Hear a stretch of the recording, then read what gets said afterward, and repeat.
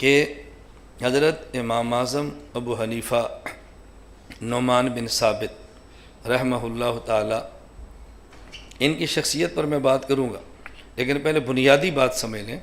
حضرت امام اعظم ابو حنیفہ نعمان بن ثابت رحمہ اللہ تعالی ہم قرآن کریم کے موجود ہونے کے باوجود، حدیث پاک کے موجود ہونے کے باوجود پھر بھی ان کی تقلید کیوں کرتے ہیں؟ کیا قرآن کریم کافی نہیں ہے؟ کیا حدیث پاک کافی نہیں ہے؟ کیا اللہ کے رسول صلی اللہ علیہ وسلم کافی نہیں ہے؟ کیا صحابہ کرام کافی نہیں ہیں؟ ان سب کے ہونے کے باوجود ہمیں امام اعظم ابو حنیفہ نعمان بن ثابت رحمہ اللہ کی تقلید کرنے کی ضرورت کیوں پیش آئی ہے؟ اس کی وجہ کیا ہے؟ اب ذرا بات اچھی طرح سمجھیں۔ ایک حدیث پاک آپ نے کئی بار سنی ہوگی، میں اگر اس حدیث کے ایک جز پر بات کروں تو بلا مبالغہ مجھے کم از کم 1 گھنٹہ چاہیے، کم از کم۔ میں اس کے ایک جز پر بات کروں تو بلا مبالغہ کم از کم مجھے 1 گھنٹہ چاہیے۔ حدیث پاک کیا ہے؟ رسول اکرم صلی اللہ علیہ وسلم نے ارشاد فرمایا، فضلت علی الانبیاء بست، اللہ رب العزت نے 6 مخصوص انعامات مجھے عطا فرما کے بقیہ انبیاء پر مجھے فضیلت عنایت فرمائی ہے۔ وہ 6 چیزیں کون سی ہیں؟ اوتیت جوامع الکلم، اللہ نے مجھے جوامع الکلم دیے۔ نمبر 2، نصرت بالرعب، میرا مخالف مجھ سے 1 ماہ کی مسافت پر ہوتا ہے تو میرا وہاں اس پر رعب چھا جاتا ہے، اللہ نے یہ رعب کی دولت مجھے دی ہے۔ احلت لی الغنائم، مال غنیمت کو میرے لیے حلال قرار دیا ہے۔ جعلت لی الارض مسجدہ، پوری زمین کو میرے لیے سجدہ گاہ بنایا ہے۔ وطہورا، اور پوری زمین کو میرے لیے پانی کی جگہ پاک کرنے والی بنایا ہے۔ وارسلت الی الخلق کافہ، اور مجھے تمام مخلوقات کا نبی بنا کر بھیجا ہے۔ یہ 6 چیزیں مجھے عطا فرمائیں۔ میں حدیث پاک کی تشریح معمول کی تشریح سے ہٹ کر رہا ہوں، یہ تشریح کسی اور جگہ آپ سنیں گے تو یہ نہیں ملے گی جو میں کر رہا ہوں، اس لیے یہ بازو کو تھوڑا سا اشکال ہوگا، آپ کو تو پتہ ہی نہیں جو میں نے بات عرض کر دی۔ یہ 6 چیزیں کیوں دی ہیں؟ ختم بی النبیون، اس لیے کہ میں آخری نبی ہوں۔ تو یہ 6 چیزیں ختم بی النبیون کی ضرورتیں ہیں۔ ان میں سے پہلی چیز کیا ہے کہ اللہ نے مجھے جوامع الکلم دیے۔ جوامع جامعہ کی جمع ہے، الکلم الکلمہ کی جمع ہے۔ تو جوامع الکلم کا معنی کیا ہے؟ ایک لفظ ہے کلمہ، ایک لفظ ہے کلمہ جامعہ۔ کلمہ عربی زبان میں کہتے ہیں لفظ وضع لمعنی مفردن، ایسا ایک لفظ جس کا ایک معنی ہو، اور کلمہ جامعہ کہتے ہیں ایسا ایک لفظ جس کے کئی معنی ہوں۔ پہلے انبیاء کو اللہ نے کلم عطا فرمائی اور ہمارے نبی کو اللہ نے جوامع الکلم عطا فرمائی۔ پہلے نبیوں کو جوامع الکلم نہیں دیے، کلم دیے۔ ہمارے نبی کو کلم نہیں دیے، جوامع الکلم دیے۔ پہلے نبیوں کو ایسے الفاظ دیے، ایک لفظ ایک مسئلہ، ایک لفظ ایک مسئلہ، ایک لفظ ایک معنی۔ اور ہمارے نبی پاک کو ایسا لفظ دیا کہ لفظ ایک ہے اور اس کے نیچے جو مسائل ہیں وہ ایک نہیں ہے، وہ ہزاروں ہیں۔ ایسا کیوں دیا؟ اس کی وجہ کیا ہے کہ پہلے نبیوں میں سے ہر نبی ایک خاص قوم کا نبی، ایک خاص بستی کا نبی، ایک خاص وقت کا نبی۔ میں نے 3 لفظ کہے ہیں، خاص قوم کا نبی، خاص علاقے کا نبی، اور خاص وقت کے لیے نبی۔ اور ہمارے نبی اقوام عالم کے نبی، ایک قوم نہیں، تمام قوموں کے نبی۔ ہمارے نبی ایک جگہ کے نبی نہیں ہے، سارے آسمان و زمین کرۂ ارض کے نبی۔ پہلے انبیاء میں سے ہر نبی ایک وقت کے لیے نبی ہے، اور ہمارے نبی ایک وقت کے لیے نہیں، قیامت تک کے لیے نبی ہے۔ اب پہلے نبیوں میں سے ہر نبی جب ایک قوم کا نبی ہے، اس کو اتنے مسائل چاہیے جو اس قوم کے لیے کافی ہوں۔ ایک علاقے کا نبی ہے، اتنے مسائل چاہیے جو اس علاقے کے لیے کافی ہوں۔ پہلا نبی ایک زمانے کے لیے نبی ہے تو اس کو زمانے کے لیے مسائل چاہیے۔ اب ہمارے پیغمبر صلی اللہ علیہ وسلم کو مسائل چاہیے جو قیامت تک آنے والے ہر آدمی کے لیے ہیں۔ ہر قوم کے لیے ہیں، مشرق و مغرب کے لیے ہیں، شمال و جنوب کے لیے ہیں، کالے گورے کے لیے ہیں، عورت مرد کے لیے ہیں، پڑھے لکھے ان پڑھ کے لیے ہیں۔ اب آپ ایمان کے ساتھ بتاؤ، میں علم انسانی کے مطابق آپ سے سوال کرتا ہوں، انسانی علم کے مطابق رسول اللہ صلی اللہ علیہ وسلم کی جو امت کے افراد ہیں یہ محدود ہیں یا غیر محدود ہیں؟ بتائیے۔ اللہ کے علم میں تو ہیں، ہمارے یہاں غیر، جب غیر محدود ہیں تو ہمارے نبی کو جو مسائل چاہیے محدود یا غیر محدود؟ تو پھر اللہ اپنے نبی کو قرآن کتنا بڑا دیتے؟ اگر ہر مسئلے کے لیے ایک آیت چاہیے تو قرآن کتنا بڑا ہونا چاہیے تھا؟ اگر ہر مسئلے کے لیے ایک حدیث چاہیے تو بتاؤ اللہ کے نبی کو حدیث کتنی ملنی چاہیے؟ قرآن کریم کی آیات کی تعداد ہے تقریباً 7,500، تقریباً کم و بیش، اور احادیث کی تعداد ہے تقریباً 50,000۔ ایک قول ہے 4,000، ایک ہے 10,000 اور ایک ہے 50,000۔ آپ کے ذہن میں ایک الجھن آئے گی کہ ہم نے تو سنا کہ فلاں امام 6 لاکھ حدیث کا حافظ ہے، یحییٰ بن معین 10 لاکھ حدیث کے حافظ ہیں، اور یہ مولوی کہہ رہا ہے کہ 50,000 ہیں ہی 50,000، تو پھر 6 لاکھ کے حافظ کیسے بن گئے؟ یہ بات اچھی طرح سمجھیں۔ حدیث میں 2 چیزیں ہوتی ہیں، ایک حدیث کا متن، اللہ کے نبی نے کیا فرمایا صلی اللہ علیہ وسلم، اللہ کے نبی نے کیا کیا صلی اللہ علیہ وسلم، یہ متن ہے، اور ایک اس متن کو نقل کرنے والے افراد، انہیں کہتے ہیں راوی۔ ایک راوی ہے اور ایک متن ہے۔ اب جو متون ہے نا، حضور پاک کے ارشادات یا حضور پاک کے اعمال، یہ جو متون ہیں یہ 50,000 ہے، اور لاکھوں کی تعداد کیسے بنتی ہے؟ ایک حدیث ہے کہ رسول اللہ صلی اللہ علیہ وسلم نے موضوع پر مسح فرمایا، یہ ایک حدیث ہے، اس کو نقل کرنے والے ہیں 70 صحابہ رضی اللہ عنہم اجمعین۔ تو محدثین فرماتے ہیں کہ موضع پر مسح کرنے کی 70 حدیثیں ہیں کتنی؟ ایک، اور بن کتنی گئی؟ یہ 70 کیسے بن گئی کہ نقل کرنے والے 70 ہو گئے، اب یہ حدیثیں 70 ہو گئی۔ تو جب آپ متن دیکھیں گے تو 50,000، اور جب ایک حدیث کو نقل کرنے والے کئی افراد ہوں گے، اب ان کے اعتبار سے تعداد گنیں گے تو پھر ہو جائے گی 10 لاکھ، 4 لاکھ، 5 لاکھ۔ تو میں اس لیے کہہ رہا ہوں کہ قرآن کریم کی آیات کی تعداد تقریباً 7,500 اور احادیث کی تعداد تقریباً 50,000۔ اب آپ آیات اور احادیث کو ملا لیں تو میں ایک لفظ استعمال کرنے لگا ہوں، آیت کو بھی کہتے ہیں نص، نون اور صاد، نص، نصوص جسے کہتے ہیں نا، نصوص، اور حدیث پاک کو بھی کہتے ہیں نص، یہ بھی نصوص ہیں۔ اب نبی پاک صلی اللہ علیہ وسلم کو جو نصوص ملی ہیں آیات اور احادیث، وہ تقریباً کتنی ہو گئی؟ 57,000 نا، سب کو ملا لیں تقریباً کتنی ہوگی؟ 57,000۔ اب آپ بتائیں ہمارے پیغمبر کو مسائل کتنے چاہیے؟ غیر محدود، کروڑوں، اربوں، اور نصوص کتنی ہیں؟ اب جتنے مسائل اگر اتنی آیات، جتنے مسائل اتنی احادیث، تو پھر آپ بتائیں ان آیات اور احادیث کی اتنی بڑی تعداد کو لکھتا کون، چھاپتا کون، یاد کون کرتا؟ آپ کس لائبریری میں رکھتے؟ یہ آپ کے بس میں ہی نہیں تھا۔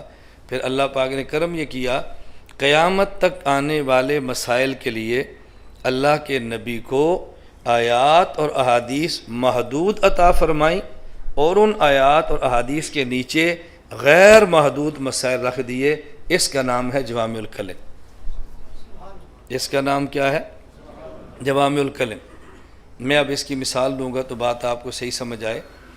قیامت تک آنے والے جتنے بھی افراد ہیں، ان افراد کو جتنا بھی پانی چاہیے، پینے کے لیے، غسل کے لیے، کپڑے دھونے کے لیے، مکانات کی تعمیر، جتنا پانی چاہیے وہ سارا پانی اللہ نے زمین کے نیچے پیدا فرما دیا ہے۔ قیامت تک اڑنے والے جہاز کو جتنا فیول چاہیے وہ سارا زمین کے نیچے پیدا فرما دیا ہے۔ قیامت تک چلنے والے جنریٹر اور انجن کو جتنا بھی ڈیزل چاہیے یا پیٹرول، وہ سارا اللہ نے زمین کے نیچے پیدا فرما دیا ہے۔ قیامت تک آنے والی مشینری اور قیامت تک آنے والے چولہے کے لیے جتنا بھی گیس چاہیے اللہ نے زمین کے نیچے پیدا فرما دیا ہے۔ کیوں؟ اگر اللہ قیامت تک آنے والے انسان کی ضرورت کے لیے پانی کو زمین کے نیچے رکھنے کی بجائے زمین کے اوپر رکھ دیتے تو آپ بتاؤ سیلاب آتا اور لوگ سیلاب میں تباہ ہو جاتے، کوئی آدمی زندہ رہ سکتا تھا؟ اگر یہ گیس اور پٹرول اور ڈیزل یہ زمین کے نیچے رکھنے کی بجائے اللہ زمین کے اوپر رکھ دیتے تو امت جلس کے مر جاتی، آگ لگ جاتی، کوئی آدمی نہ بچتا۔ لیکن اللہ نے کرم کیا کیا، قیامت تک آنے والے آدمی کی ضرورت کے لیے پانی، ڈیزل، آئل، فیول، گیس، یہ سب چیزیں زمین کے نیچے رکھ دی ہیں۔ قیامت تک آنے والے آدمی کو جتنے مسائل چاہیے سارے آیات اور احادیث کے نیچے رکھ دیے ہیں۔ زمین کے اوپر ضروریات کو رکھ دیتے، انسان تباہ ہو جاتا، اور مسائل جتنے چاہیے اتنی آیات احادیث دیتے تو جمع کرنا اور سنبھالنا انسان کے بس میں نہ ہوتا۔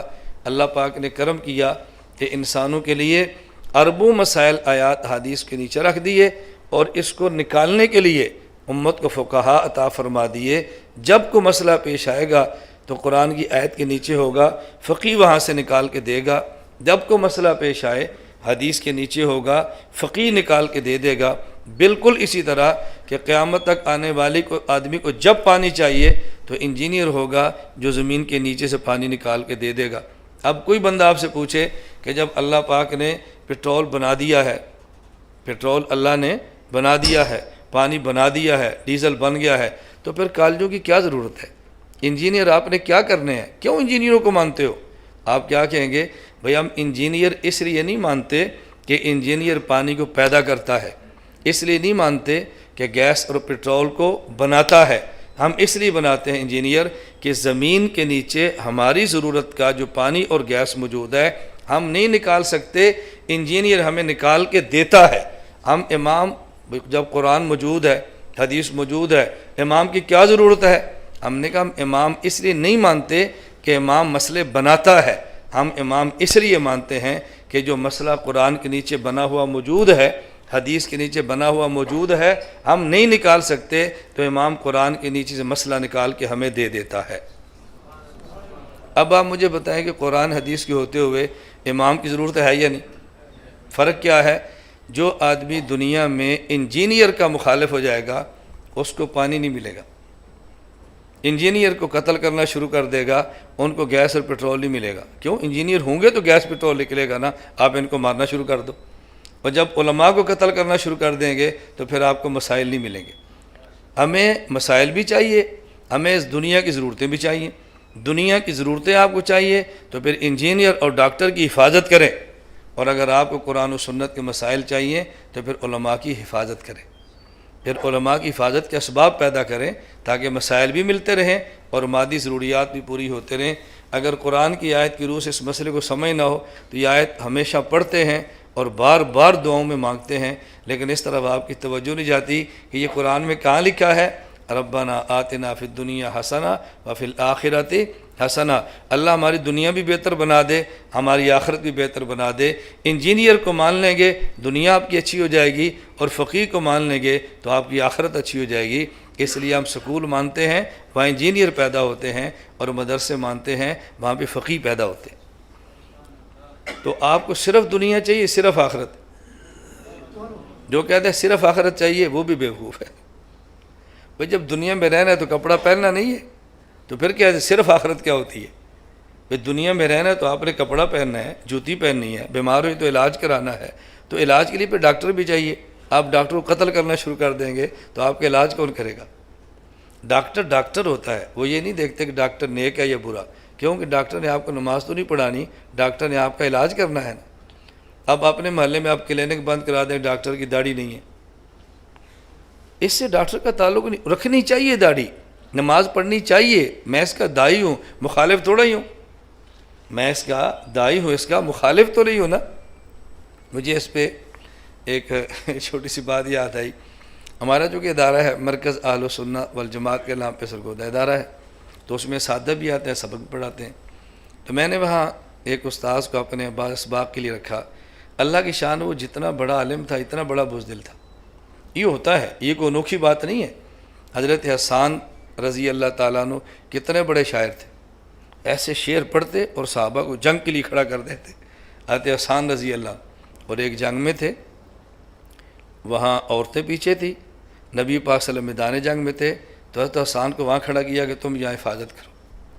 اب جہاں عورتوں میں ان کا پہرا تھا تو دشمنوں نے یہ سوچ کر مسلمان عورتوں کے بارے میں بہت جری اور بہت غیور ہوتے ہیں، ان کے کمبوں کی طرف جاؤ۔ اب باہر سے کچھ خسر پسر کی آواز آئی تو حضرت صفیہ رضی اللہ عنہا نے حسان سے کہا پتہ کرو۔ اس نے کہا یہ میرے بس میں نہیں ہے، صحابی رسول ہے، چھوٹی بات تو نہیں ہے۔ عورتوں نے اس دشمن کو لیا اور قتل کیا، کہا اس کا سر باہر پھینک دو، کہ بھی تسی آپ ہی سے لڑے۔ اور شاعر نبوت کتنے بڑے تھے، آپ کو نہ سمجھ آئے تو دنیا دار تو شاید اس بات کو نہ سمجھے، مولوی سمجھیں گے۔ میں نام نہیں لیتا پھر اچھا نہیں ہوگا، میں کسی شاعر کا نام لے کے بتاتا تو یہ دیا ناتا سنا پھر وہ دلیری دیکھو، یہ ہوتا ہے۔ تو خیر جو میں سمجھا رہا ہوں، میں نے مولوی صاحب رکھے، ماشاءاللہ علم بہت تھا لیکن دلیر نہیں تھے۔ مجھے ان پہ اس بات پہ غصہ آ گیا، ان کے سامنے اظہار نہیں کیا، میں نے کمر کے پیچھے اپنے ایک استاد کے سامنے اظہار کیا کہ یار اتنا بڑا مولوی ہے، اتنا بڑا علم ہے، ایسا بزدل آدمی ہے، میرے پاس کیسے رہے گا؟ اس نے مجھے بڑی پیاری بات سمجھائی۔ میری عادت ہے جو مجھے سمجھائے نا میں اس پہ بحث نہیں کرتا، فوراً مانتا ہوں۔ جو ہمارا فن نہیں ہے اس میں دوسرے فن والے کی بات بنے، اس میں حرج کیا ہے؟ اور احساب کا واسطہ بھی پڑے گا، ہمارا بھی پڑتا رہتا ہے۔ ہمارے ایک ملتان حکیم ہیں، حکیم اسماعیل صدیقی صاحب، بڑے اچھے ماشاءاللہ حکیم ہیں۔ تو میں ان کے پاس اپنی ایک بیماری کے علاج کے لیے گیا، نباز ہیں، تو مجھے وہ کہنے لگے کہ مولانا صاحب آپ سوتے وقت دودھ نہ پیا کریں، آپ دودھ پینا چھوڑ دیں۔ اگر دودھ پینا بھی ہو تو صبح صبح نیم گرم دودھ آپ بے شک 5 کلو پی لو، پھر اس کا پورا دن دودھ نہ پینا اور سوتے وقت بالکل نہ پینا۔ میں نے کہا بھی ہماری تو عادت ہے بچپن سے، سوتے دے وقت ایک ہم کولا کہتے تھے بڑا برتن نہ پیے دودھ، ہمیں تو نیند نہیں آتی۔ میں تو یہاں بھی رات اسلام آباد میں تھا، ہمارے میزبان بیٹھے ہیں، مولانا صاحب کیا پئیں گے؟ میں نے کہا بھی دودھ دا جاگ رکھو، نال برف رکھو، نال ایک پیپسی رکھو، بس یہ پی کے پھر سو گئے۔ اب یہ آپ کو بڑا عجیب لگے گا لیکن ہماری بچپن سے عادت ہے دودھ پینے کی۔ تو میں نے ان سے کہا بھائی میں تو سوتے وقت دودھ پیتا ہوں، میری مجبوری ہے۔ اب ذرا بات سمجھیں، میں نے ایک علمی اشکال پیش کیا اور حکیم نے کیسے جواب دیا، وہ جواب شاید میرے بس میں نہیں تھا۔ میں نے ان سے کہا ڈاکٹر صاحب، حکیم صاحب آپ فرماتے ہیں کہ سوتے وقت آپ دودھ نہ پیو، رسول اللہ صلی اللہ علیہ وسلم کا کوئی عمل صحت کے لیے نقصان دہ ہو ایسا نہیں ہو سکتا۔ رسول اللہ صلی اللہ علیہ وسلم رات کو گھر تشریف لے جاتے اور دودھ پیا ہوتا، آپ دودھ پیتے، اس کے بعد سوتے تھے۔ تو جب سونے سے قبل دودھ پینا اللہ کے نبی سے ثابت ہے تو یہ صحت کے لیے نقصان دہ کیسے ہو سکتا ہے؟ اب میرا علمی اشکال تھا اور حل ایک حکیم نے کیا جو مولوی نہیں تھا۔ اس نے کہا مولانا صاحب حضور اکرم صلی اللہ علیہ وسلم سونے سے قبل دودھ تناول فرماتے، وہ بکری کا ہوتا تھا، سرگودے کی بھینس کا نہیں ہوتا تھا۔ بکری کا دودھ سوتے وقت پی لیں کوئی حرج نہیں، تو بھینس کا دودھ پیتا ہے۔ اب دیکھو میرا اشکال حل ہو گیا، اب میں لڑنا شروع کروں تو کون ہوتا ہے مجھے سمجھانے والا؟ تو کون ہے مجھے سمجھانے والا؟ بھئی یہ کوئی بات ہے، سمجھانے والا کیوں؟ جو بندہ بات سمجھائے بس مان لو۔ اب ظاہر ہے آدمی جو سرگودے سے اسلام آباد سے دبئی سے باہر سفر کرے تو بندے کی زندگی تھوڑی سی بدلتی تو ہے نا۔ اب ہم سرسوں کا تیل لگانے والے لوگ تھے، سرسوں کا، اور جب باہر کی زندگی ہے تو ہمیں بھی شیمپو شمر آ گیا، شیمپو ایئر کنڈیشنر ہے شروع کر دیا۔ اب میں نے باہر سے شیمپو بھی ایئر کنڈیشنر بھی ہے، جب آیا تو بال گرنے شروع ہو گئے، اب تیل لگاؤں تو بال گرتے ہیں، تو میں پریشان، بال بہت گرتے ہیں۔ ادھر زیتون کا تیل مسلسل استعمال کروں پھر بھی گر رہے ہیں، تو خمیرے کھا رہا ہوں پھر بھی گر رہے ہیں۔ تو ایک دن میری بیوی نے مجھے کہا، اس نے کہا آپ مہربانی کریں دبئی کا سفر کریں، دبئی کا سٹائل چھوڑیں، آپ یہ ایئر کنڈیشنر چھوڑ دیں، بادام کا تیل کسی کولو سے نکلوائیں اور کچھ دن سر کی مالش کریں۔ آپ یقین فرمائیں میں نے خالص بادام تیل نکلوایا، 1 ہفتہ مالش کی، ایئر کنڈیشنر چھوڑا، میرا ایک بال بھی نہیں گرتا۔ اب عورت نے بات کی تو میں سمجھ گیا، میں نے لڑائی۔ اب بتاؤ جس بندے کا یہ مزاج ہو وہ لڑاکا ہو سکتا ہے، لیکن میرے بارے میں پھر بھی تصور ہے بہت لڑاکا۔ میں نے کہا کبھی آپ نے مجھے بات سمجھائی ہے یا کبھی میری بات سنی ہے؟ کبھی آپ سنیں نا، پھر کھلے دل سے سنیں، جس طرح آپ بات سمجھا رہے ہیں اسی طرح پھر ہماری بات بھی سنیں، اس کے بعد کسی رائے پر پہنچیں گے تو پھر آپ کو اندازہ ہوگا کہ ایسا مسئلہ نہیں۔ خیر وہ جو بات میں عرض کر رہا تھا، ہر فن کے لوگ مانتے ہیں۔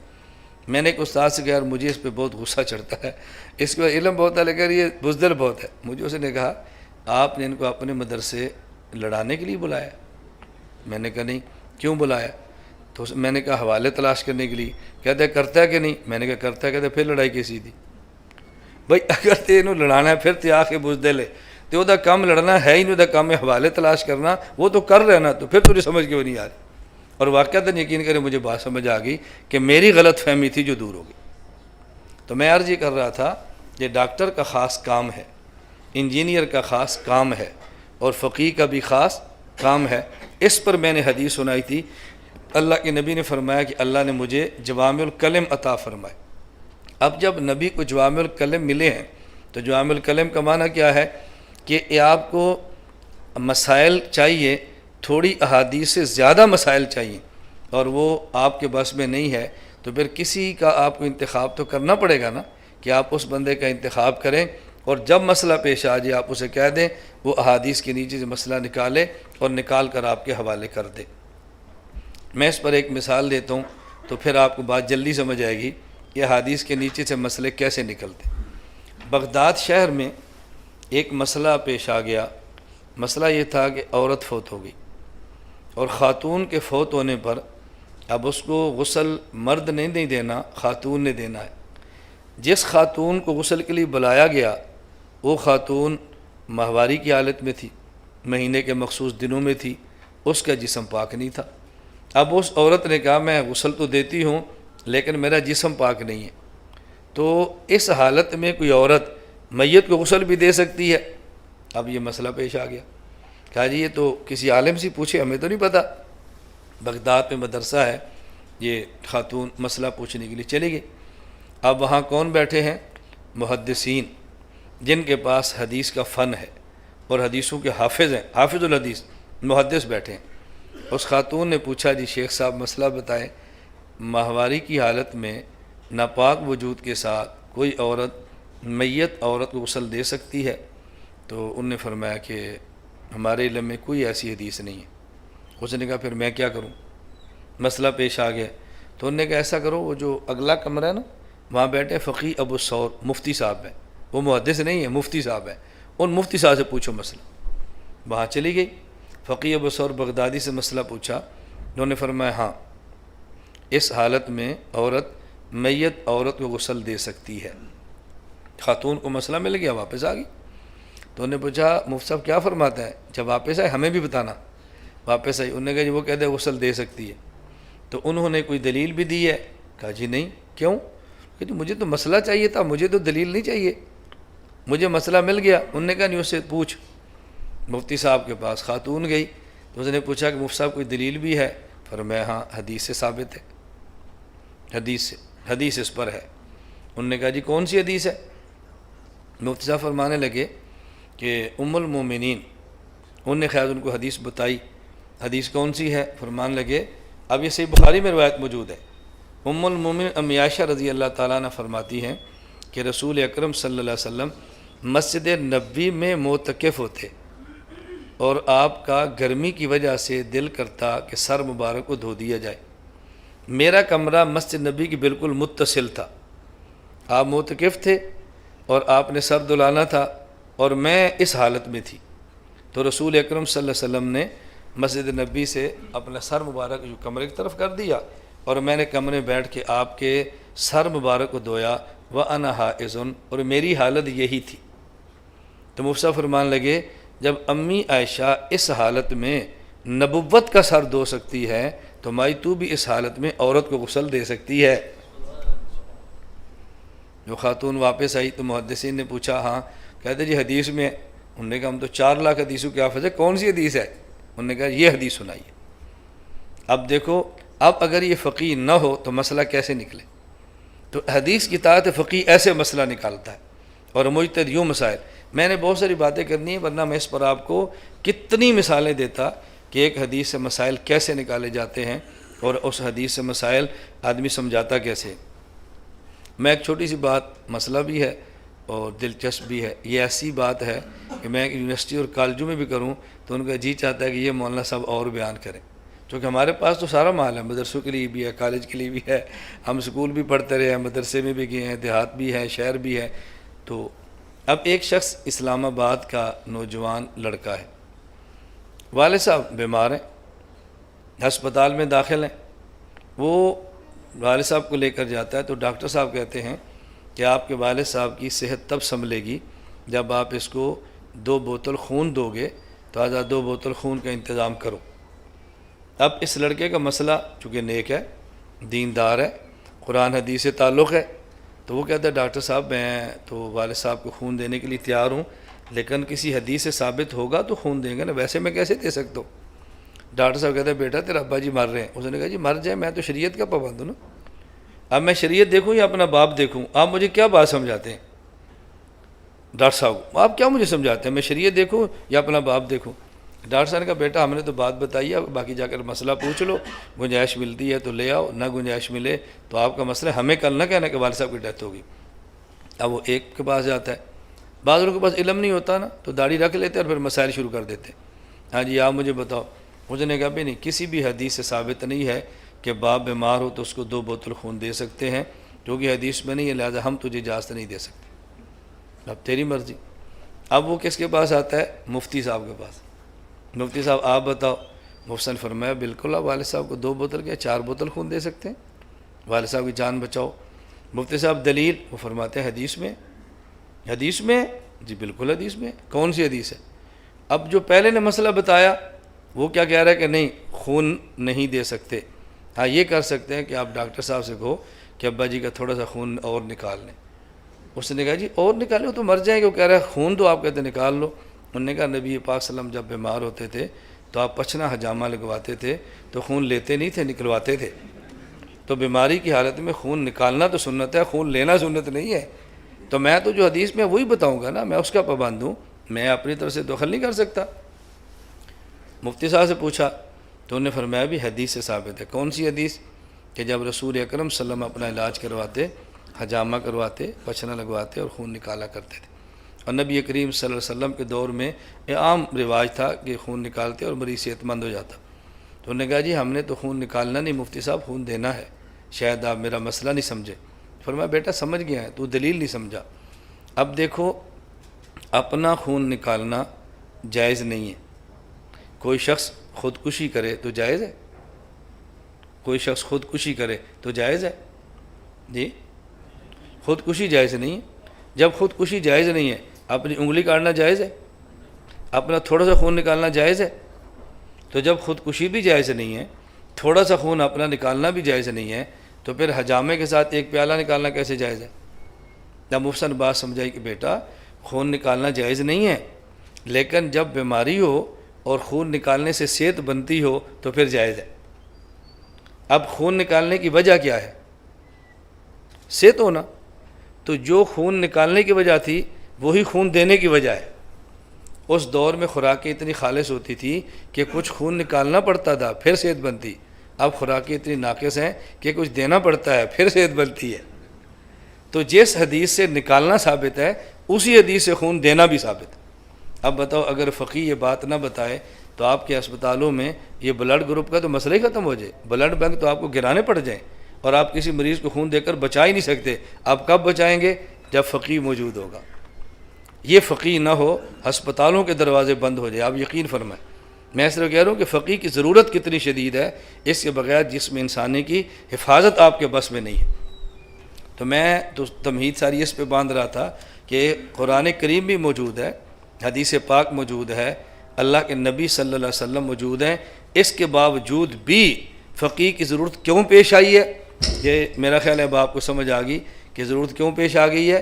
اس لیے کہ مسائل اربوں ہیں اور نصوص تھوڑی ہیں، ان تھوڑی نصوص سے مسئلہ نکالنا ہے، اور مسئلہ نکالنا ہر بندے کے بس میں نہیں ہے، لہٰذا میں ایسا فقیہ چاہیے کہ جو کچھ اصول بھی بنا دے اور پھر اصول سے نکالنا مسائل بھی نکال دے اور مسئلے نکالنے کا طریقہ بتا دے، تاکہ امت کے لیے شریعت پر عمل کرنا آسان ہو جائے۔ تو پہلی بات میں نے سمجھائی کہ قرآن اور حدیث کے ہوتے ہوئے فقیہ کی ضرورت ہے۔ یہ سمجھ آ گئی یا میں دوبارہ شروع کروں؟ جی نہیں سمجھ آئی، میں دوبارہ شروع کرتا ہوں۔ ہمارا ایک مسئلے پر 2 گھنٹے پورے ہو جائے ہمیں کوئی فرق نہیں پڑتا، کیا فرق پڑتا ہے؟ ایک بات تو سمجھ آئے کہ بھی فقیہ کی ضرورت ہے، اس میں کوئی شک نہیں۔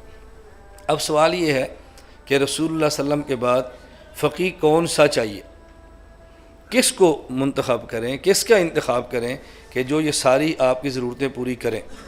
بعض لوگ یہ بات فرما دیتے ہیں کہ آپ اس کے بعد حضرت ابو بکر صدیق کی تقلید کر لو، اپنا امام مان لو۔ حضرت عمر بن خطاب کی تقلید کر لو، ان کو امام مان لو، حضرت عثمان بن عفان کی تقلید کرو، ان کو امام مان لو، حضرت علی بن ابی طالب کی تقلید کرو، ان کو امام مان لو، نہیں تو کسی بھی صحابی رضی اللہ عنہم تقلید کر لو، آپ اپنا ایمان بچا لو۔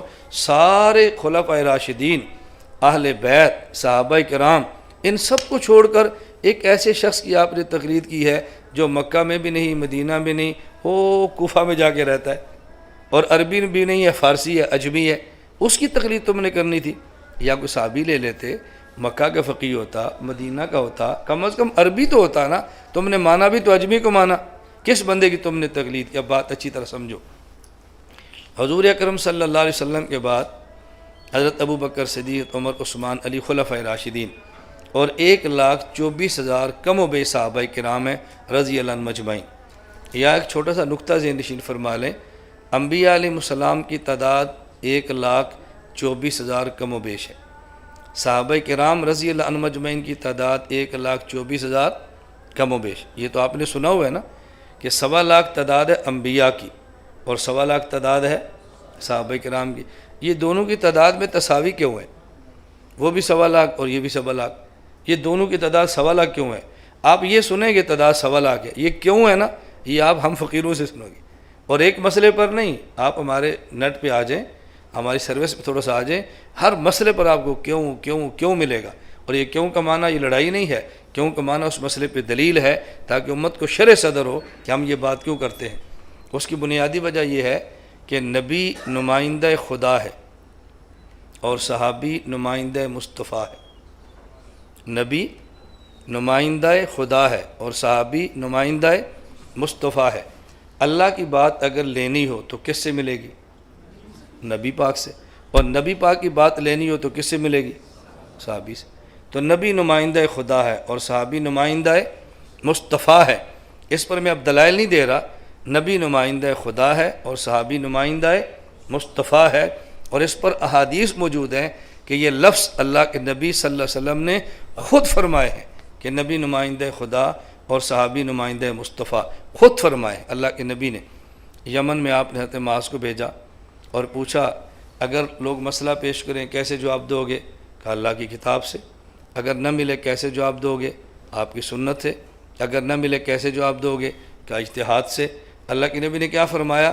الحمدللہ الذی وفق رسول رسولہ، الحمدللہ الذی وفق رسول رسولہ لما یرضی بہ رسولہ۔ اللہ کے نبی لفظ رسول 2 بار لائے ہیں۔ رسول کا نام ہوتا ہے نمائندہ۔ حضور فرماتے ہیں اللہ تیرا شکر ہے کہ تو نے میرے نمائندے کو اس بات کی توفیق دی جس پہ آپ کا نمائندہ خوش ہے۔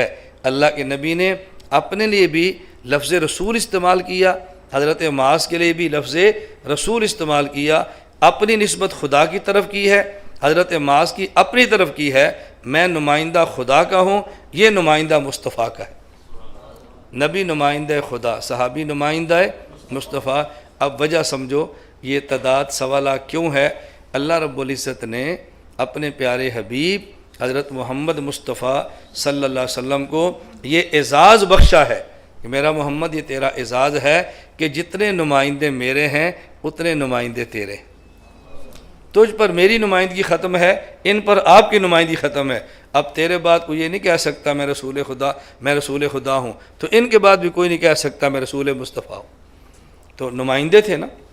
اب میں عرض کرنے لگا ہوں صحابہ کرام میں سے ایک بھی صحابی ایسا آپ کو نہیں ملے گا کہ جس صحابی نے قرآن کریم اور احادیث سے اصول بھی نکالے ہوں، پھر اصول سے مسائل بھی نکالے ہوں، اور پھر باقاعدہ وہ لکھوائے بھی ہوں۔ ایک شخص بھی آپ کو ایسا نہیں ملے گا۔ تو ہمیں تو ایسا بندہ چاہیے کہ جو قرآن سے ضابطے بھی نکالے، احادیث سے اصول بھی نکالے، اور پھر اصول کی روشنی میں مسئلے بھی نکالے۔ ہمیں ایسا امام چاہیے نا جس کی تقلید کریں گے۔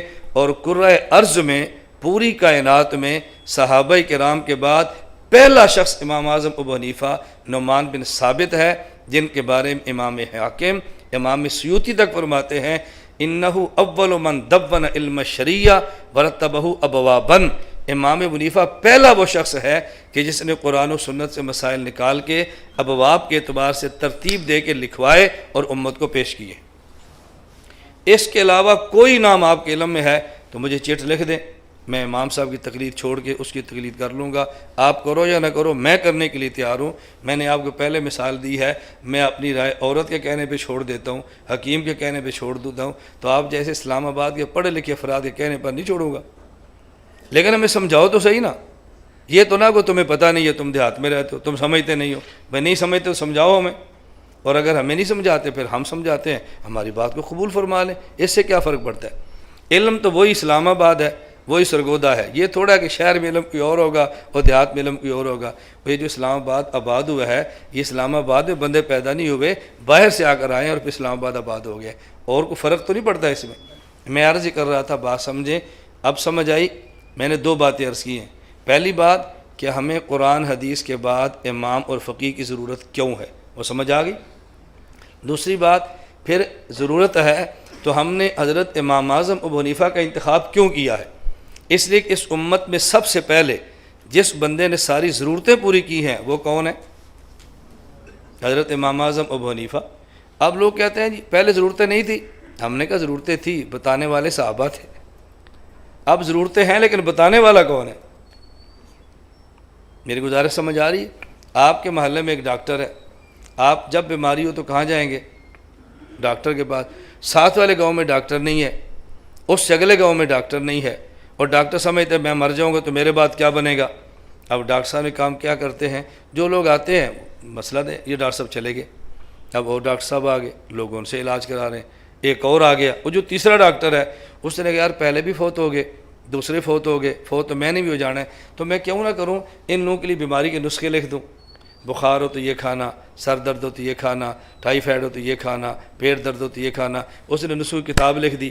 اب ایمان سے بتاؤ، سب سے پہلا ڈاکٹر ہے بہت بڑا آدمی تھا، اس کے بعد ہے بہت بڑا آدمی تھا، یہ تیسرا رتبے میں ان سے چھوٹا ہے، لیکن آپ کتاب کس کی لوگے، تیسرے کی یا پہلے کی؟ پہلے کی کتاب ہے ہی نہیں، دوسرے کی ہے ہی نہیں، تو کس کی لیں گے؟ تو یہ تیسرا مقام ہے، ان سے بڑا ہے۔ اللہ کی قسم اربوں ابو حنیفہ مل جائیں، ادنا صحابی کے پاؤں کے خاک کے برابر بھی نہیں۔ اربوں امام حنیفہ پیدا ہو جائیں، سب سے چھوٹے صحابی کے پاؤں کی خاک کے برابر بھی نہیں ہے۔ ہم امام ابو حنیفہ کو مقام میں ان سے آگے نہیں لے کر جاتے، لیکن جو ہماری ضرورت ہے پوری ابو حنیفہ فرما رہے ہیں نا، اور یہ پوری خود نہیں کر رہے۔ کیسے پوری کی ہے؟ میں اس پر ایک چھوٹی سی مثال دیتا ہوں۔ یہ آپ نے مثال سنی ہوئی ہے، لیکن جس طرح میں سمجھاؤں گا شاید ایسے نہ سنی ہو۔ میں علماء سے بھی عرض کرتا ہوں، ہماری کتب فقہ میں یہی مثال ہے، لیکن شاید یونس جسے میں عرض کرتا ہوں۔ یہ ایک روایت ہے، حضرت رسول اللہ صلی اللہ علیہ وسلم فرماتے ہیں، صحیح بخاری میں بھی ہے، فرمایا اذا وقع الذباب فی اناء احدکم، اگر تمہارا کھانے کا برتن اس میں مکھی گر جائے، فلیغمسوا کلہ، مکھی ساری اس کے اندر ڈبو دو، ثم لینزعہ، پھر مکھی کو نکال لو۔ کیوں؟ فإن فی، اللہ کے نے فرمایا احد جناحیہ شفاء والآخر دوا، اس لیے کہ مچھی کے 2 پر ہیں، مکھی کی ایک پر میں شفا ہوتی ہے، ایک میں بیماری ہوتی ہے۔ اب مکھی گری ہے تو کیا پتہ شفا والا پر گرا ہے یا بیماری والا، اس کو ڈبو اور باہر نکالو، تاکہ جیسے کھانا پہلے تھا ایسے اب رہے گا۔ آج کی زبان میں کہتے ہیں ڈبونے سے بیلنس برابر ہو گیا، اگر پہلے کھانا ٹھیک تھا تو اب بھی ٹھیک ہے، پہلے خراب تھا تو اب بھی خراب ہے۔ مچھی کے گرنے سے پانے کی بیماری اور صحت پر کوئی اثر نہیں پڑے گا۔ آپ کھانا استعمال کرنا چاہتے ہیں تو کر لے، نہیں کرنا چاہتے تو نہ کریں۔ اب سوال یہ ہے، یہ مکھی تو گری، آپ نے نکال دی اور کھانا کھا لیا، اور ہمارے ہاں ڈیروں پر مکھیوں کے ساتھ مچھر ہوتے ہیں، اور جب ہم بھینسوں کا دودھ نکالتے ہیں تو مکھیاں نہیں گرتی، اس میں مچھر گرتے ہیں، تو مچھر کی تو حدیث ہے کوئی نہیں۔ اب اگر ہم مچھر کے نکل کوئی میں نکلتا ہوں مجھے حدیث سناؤ، تو ہم کہاں سے اس کو حدیث سنائیں گے؟ وہ تو نہیں نکلے گا۔ ہم دیہات میں ہمارے عورتیں دودھ کو گرم کرتی ہیں، ملائی نکالتی ہیں، پھر اس کو رات دودھ رکھ دیتی ہیں، اس میں لسی یا دہی کی جاگ لگاتی ہیں، صبح دودھ کو بلوتی ہیں، اس میں سے پھر گھی نکلتا ہے، اور اس گھی میں کیڑیاں گر جاتی ہیں۔ اب چونٹی گر جائے تو اس کی حدیث کوئی نہیں، اب ہم کیا کریں؟ میں ایک مثال دے رہا ہوں نا، اب صرف چونٹی کا مسئلہ نہیں ہے، چونٹی ہے، بھیڑ ہے، جگنو ہے، مکھی ہے، مچھر، کتنے چھوٹے چھوٹے جانور ہیں۔ اب دیکھ رہے ہیں امام صاحب نے کیا کیا، حضرت امام اعظم حنیفہ نے غور کیا کہ یہ مکھی کے بارے میں فرمایا کہ اس کو ڈبو دو اور باہر نکال لو۔ ڈبونے کی وجہ تو اللہ کے نبی نے خود بتا دی ہے، یہ ایک پر میں شفا ہے اور ایک میں وبا ہے، تو یہ مچھر میں یہ وجہ نہیں، مچھر کو نہ ڈبونا۔ اس کو نہیں ڈبونا. کیوں؟ اس میں ایک پر میں شفا ایک میں وبا، یہ نہیں ہے. چیونٹی گرے تو اس کو اندر نہ ڈبونا، نہیں اس کو اندر ڈبونا ہے. مکھی کو جو ڈبویا نا، اس میں ایک ٹانگ میں وبا ایک میں شفا، یہ مسئلہ نہیں ہے. یہ مکھی کو ڈبونے کی وجہ اللہ کے نبی نے فرما دی نا. اب وجہ امام حنیفہ سے نہیں پوچھیں کہ کیوں ڈبونی ہے. کیوں؟ جو بات اللہ کے نبی فرما دیں اس پر امام سے ہم کیوں پوچھیں؟ کیوں پوچھیں گے امام صاحب سے؟ اب اگلا مسئلہ تھا اس کے گرنے کے باوجود کھانا کھانا جائز ہے. اس کی وجہ رسول اللہ صلی اللہ علیہ وسلم نے نہیں بتائی. اب ہمیں ضرورت ہے کہ اس کی وجہ پوچھے کہ کیوں کھا سکتے ہیں. اب حضرت امام صاحب دیکھنا کیا فرماتے ہیں. حضرت امام حنیفہ فرماتے ہیں اس مکھی کی رگوں میں گردش کرنے والا خون موجود نہیں ہے. جب کسی کی رگیں ہوں اور رگوں میں گردش کرنے والا خون موجود ہو، اگر اس کو پاک کرنا ہو تو ذبح کرتے ہیں تاکہ وہ رگوں والا خون نکل جائے اور یہ پاک ہو جائے. نہ اس کی رگیں ہیں نہ رگوں میں اس کا کوئی خون ہے. اب اس کو ذبح کر کے پاک کرنے کی ضرورت نہیں ہے. تو جو میتہ کے حرام، مردار اور ناپاک ہونے کی وجہ بنتی ہے وہ رگوں کا خون ہوتا ہے جو باہر نہیں نکلتا. چونکہ اس کی رگیں اور رگوں بہنے والا خون نہیں ہے، اس وجہ سے مکھی کے گرنے سے کھانا ناپاک نہیں ہوتا. لہٰذا ہر وہ چھوٹا جانور جس کی رگوں میں گردش کرنے والا خون نہیں، جو حکم مکھی کا ہے وہی اس کا ہے. اب امام صاحب 11 کتنی نظر ہے؟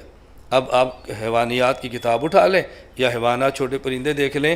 اللہ کے نبی نے ایک جملہ فرمایا، امام صاحب نے اس ایک جملے سے ہزاروں مسئلے نکال دیے. یہ فقیہ کا کام ہے. تو میں نے کہا نمبر 1 فقیہ کی ضرورت کیوں ہے، نمبر 2 حضرت امام صاحب کو ہم کیوں مانتے ہیں، اس پر میں بات کر رہا تھا. اب امام ابو حنیفہ رحمۃ اللہ علیہ مکہ مکرمہ میں اور مدینہ منورہ میں پیدا نہیں ہوئے. پیدا کہاں پہ ہوئے؟ کوفہ میں.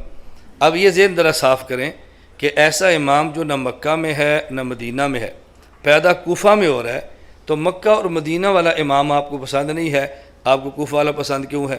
ہمیں مکہ والے بھی پسند ہیں، مدینہ والے بھی پسند ہیں. مکہ بھی ہمارا ایمان ہے، مدینہ بھی ہمارا ایمان ہے. دیکھنا یہ ہے کہ ہماری ضرورت کس امام نے پوری کی ہے. وہ امام پیدا ہوا کوفہ میں. اور میں اگلی بات کہنے لگا ہوں، اس امام کو پیدا بھی کوفہ میں ہونا چاہیے تھا. یہ بڑی اہم بات ہے، یہ شاید آپ کو کسی کتاب میں ملے. امام صاحب پیدا کہاں ہوئے؟ کوفہ. تو میں کیا کہہ رہا ہوں، پیدا بھی کہاں ہونا چاہیے تھا؟ صحابہ کرام کے بعد، خلفاء کے بعد پہلے امام کو پیدا ہی کوفہ میں ہونا چاہیے تھا. اس کی وجہ یہ دنیا میں ایک ضابطہ چلتا ہے، ایک بڑا پھر چھوٹا پھر چھوٹا. بڑا آدمی جہاں سے کام چھوڑ کے جاتا ہے، چھوٹا آدمی وہاں سے کام شروع کرتا ہے. میں بیان کر رہا ہوں، اگر کسی وجہ سے میں بیان کو چھوڑ جاؤں اور میں کسی اپنے شاگرد سے کہہ دوں بھی میرے بات بیان تو پورا کر، تو وہ ادھر بیٹھے گا یا ادھر ہی بیٹھے گا؟ نہیں، ادھر بیٹھ کے کرے گا یا یہاں بیٹھ کے کرے گا؟ یہاں کیوں بیٹھے گا؟ جہاں میں بیان کر رہا تھا آپ سن رہے تھے، سسٹم بنا ہوا ہے، وہ وہیں سے بات شروع کر دے گا. تو جہاں سے کوئی بڑا کام چھوڑ کے جائے، چھوٹا وہاں سے کام شروع کرتا ہے. رسول اللہ صلی اللہ علیہ وسلم کائنات میں سب سے بڑے ہیں، اور آپ گئے مکہ سے نہیں ہیں، گئے مدینہ منورہ سے. حضور کے بعد ابو بکر صدیق سب سے بڑے ہیں، اللہ کے نبی سے چھوٹے. تو جہاں سے حضور گئے، حضرت ابو بکر نے صدیق نے پھر مکہ سے کام شروع کیا یا مدینہ منورہ سے؟ کیوں؟ اللہ کے نبی جو مدینہ منورہ سے گئے. صدیق اکبر رضی اللہ تعالیٰ عنہ مدینہ منورہ سے گئے ہیں، تو حضرت عمر نے کام مدینہ منورہ سے شروع کیا. حضرت عمر رضی اللہ عنہ مدینہ منورہ سے گئے ہیں، تو حضرت عثمان نے کام مدینہ منورہ سے شروع کیا. حضرت عثمان مدینہ منورہ سے گئے ہیں، تو حضرت علی رضی اللہ تعالیٰ عنہ نے کام مدینہ منورہ سے شروع کیا. حضرت علی کہاں سے گئے ہیں؟ ٹھیک، آپ کہہ رہے ہیں، میں تو نہیں کہہ رہا نا، میرے اوپر نہیں بات میں کرنا یہ کہہ کر گیا تھا، آپ کہہ رہے ہیں. حضرت علی رضی اللہ عنہ مکہ مکرمہ شہید ہوئے، مدینہ منورہ شہید ہوئے یا کوفہ میں شہید ہوئے؟ حضرت علی رضی اللہ عنہ چوتھے خلیفہ، پہلے حضرت ابو بکر، پھر حضرت عمر، پھر حضرت عثمان، پھر حضرت علی. تو خلفاء میں سب سے چھوٹے کون ہیں؟ حضرت علی رضی اللہ تعالیٰ عنہ. چھوٹے بھی ہیں، لاڈلے بھی ہیں، حضور پاک کے داماد بھی ہیں، اور مدینہ العلم کے شہر کے دروازے بھی ہیں، ہمارے سر کا تاج بھی ہیں، ہمارا ایمان بھی ہے. یہ چھوٹے ہونے کا مطلب ان سے ہے، ہم سے تو بہت بڑے ہیں نا. ہماری تو حضرت علی رضی اللہ عنہ کے پاؤں کی خاک، ہماری آنکھوں کا سرما، آپ کی جوتیاں ہمارے سر کا تاج. یہ میں سے کہہ رہا ہوں کہ چھوٹا کہہ رہے غلط فہمی نہ ہونا کہ حضرت علی کو چھوٹا رضی اللہ, ایسے کیسے ہو سکتا ہے؟ حضرت عیسیٰ علیہ السلام رسول اللہ صلی اللہ علیہ وسلم سے چھوٹے ہیں, باقی پوری کائنات کے لوگوں سے بڑے ہیں, صحابہ سے بڑے ہیں انبیاء کے بعد. اب بعد میں فقہا 4, چوتھے امام محمد, تیسرے امام شافعی, دوسرے امام مالک اور پہلے امام ابو حنیفہ. ان میں بڑے کون ہیں؟ امام ابو حنیفہ. امام ابو حنیفہ رحمہ اللہ پیدا ہوئے ہیں 80 ہجری میں اور وفات ہوئی ہے 150 میں. اس کے بعد امام مالک, یہ پیدا ہیں 93 ہجری میں اور وفات 179 ہجری میں. اس کے بعد امام شافعی پیدا ہے 150 ہجری میں اور وفات ہے 204 ہجری میں. پھر امام احمد بن محمد بن حنبل, جنہیں امام احمد بن حنبل کہتے ہیں, یہ پیدا ہوئے 161 میں اور وفات ہے 241 میں. تو امام صاحب پیدا ہو رہے ہیں 80 ہجری, امام مالک 93 ہجری, امام شافعی 150 ہجری, امام احمد 161 ہجری. تو سب سے پہلے کون پیدا ہوا اور سب سے پہلے فوت کون ہوا؟ امام صاحب. بڑے کون ہوئے؟ امام صاحب ہوئے نا. امام صاحب بڑے, ان کے بعد امام مالک, ان کے بعد امام شافعی, ان کے بعد امام. اب بات سمجھیں, وہاں بڑے حضرت ابو بکر صدیق, پھر حضرت عمر, پھر عثمان, پھر حضرت علی, اور ادھر سب سے چھوٹے حضرت امام احمد, ان سے بڑے امام شافعی, ان سے بڑے امام مالک, ان سے بڑے امام ابو حنیفہ. تو خلفۂ راشدین میں آخری حضرت علی بن ابی طالب ہیں, اور ان فقہا میں پہلے حضرت امام ابو حنیفہ ہیں. تو حضرت علی آخری خلیفہ ہیں. حضرت امام حنیفہ یہ پہلے امام اور فقیہ ہیں. تو جہاں سے آخری خلیفہ نے جانا تھا وہاں پر پہلے امام نے آنا تھا. اگر حضرت علی مکہ مکرمہ میں شہید ہوتے تو پہلا امام مکہ میں پیدا ہوتا. حضرت علی مدینہ میں شہید ہوتے تو پہلا امام مدینہ میں آتا. تو جہاں سے آخری خلیفہ گئے ہیں وہاں پہ پہلے امام آئے ہیں. تو اب بتاؤ پہلے امام کو کہاں آنا چاہیے تھا؟ جی کوفہ میں.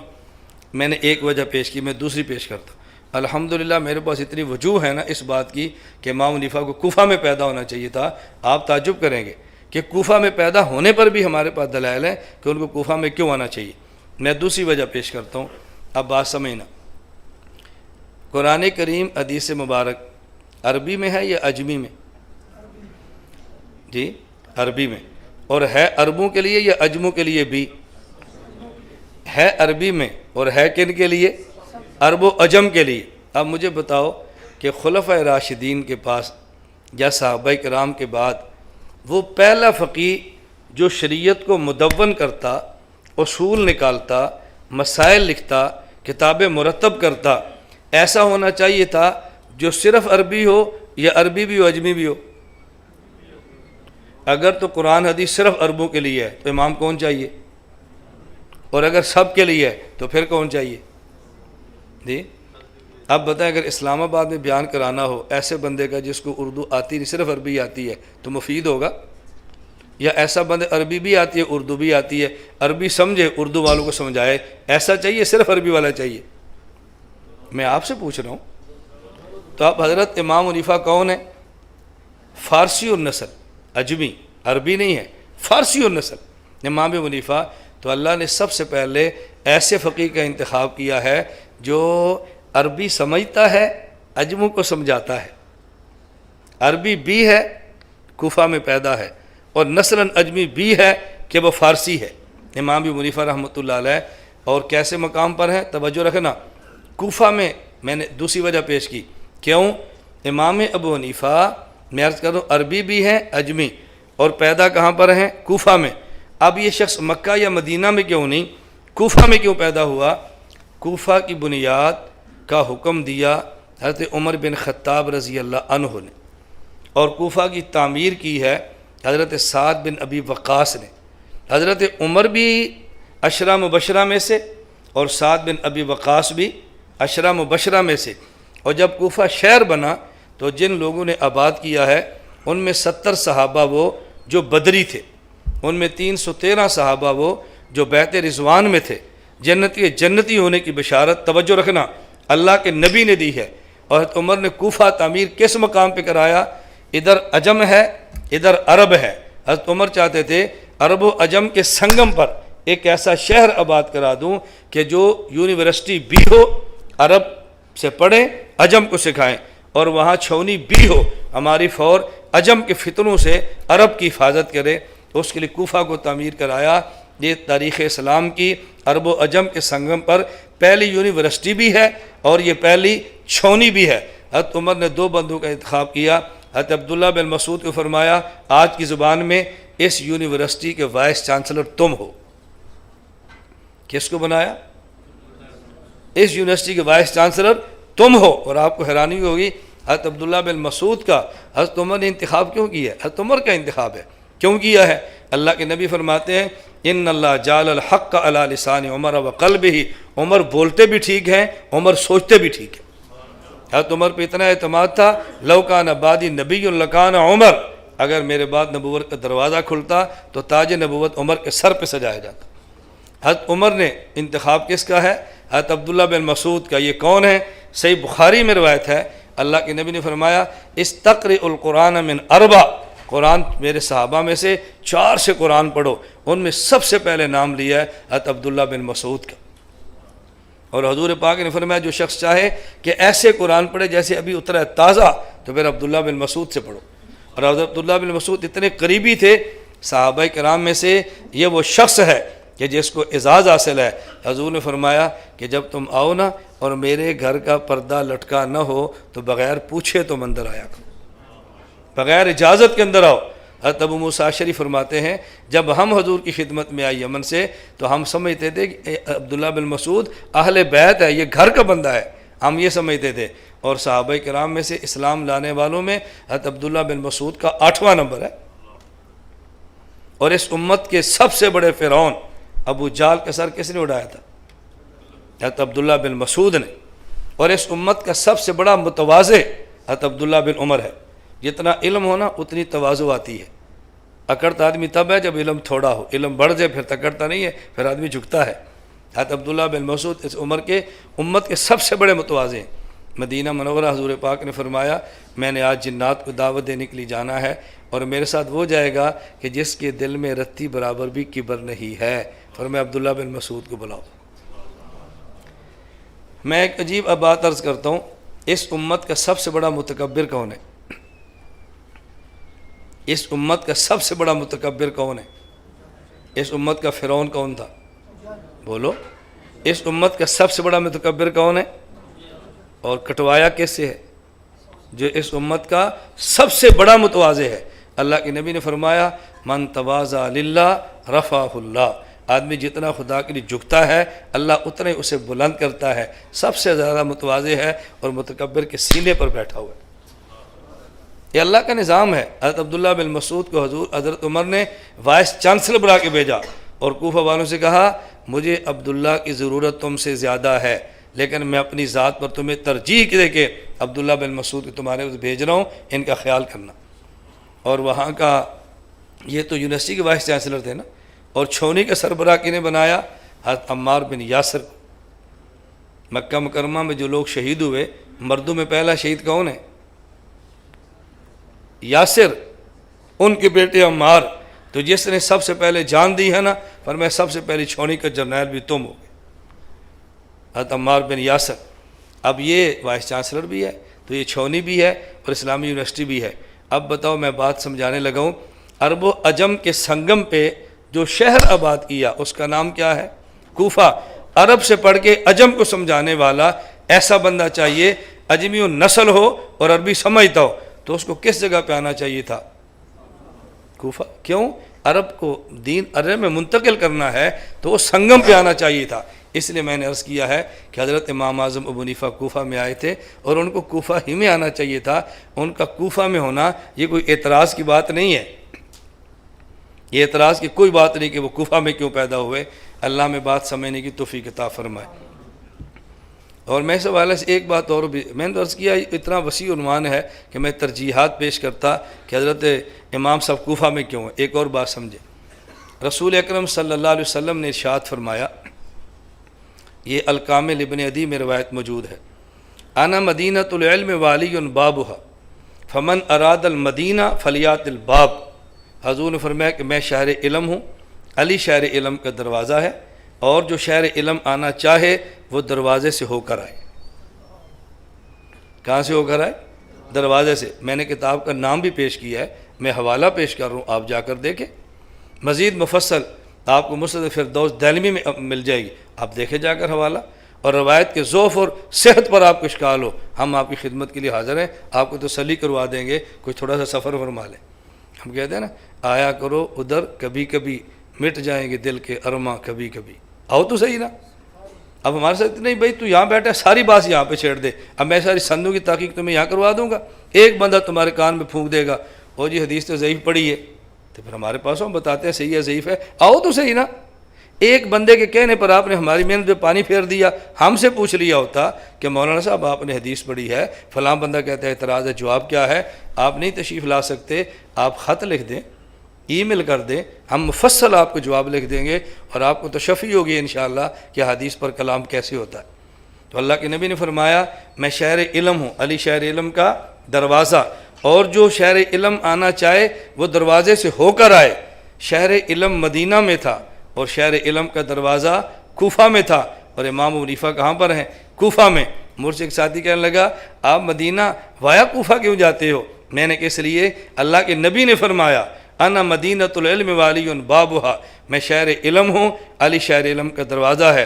فمن اراد المدینہ فلیات الباب، جو شہر علم آنا چاہے دروازے سے ہو کر آئے۔ ہم اس لیے وایا کوفہ جاتے ہیں کہ شہر علم مدینہ میں ہے اور اس کا دروازہ کوفہ میں ہے۔ وایا کوفہ جانا یہ نبوت کی تعلیمات کا حصہ ہے صلی اللہ علیہ وسلم، حضور پاک فرما رہے ہیں۔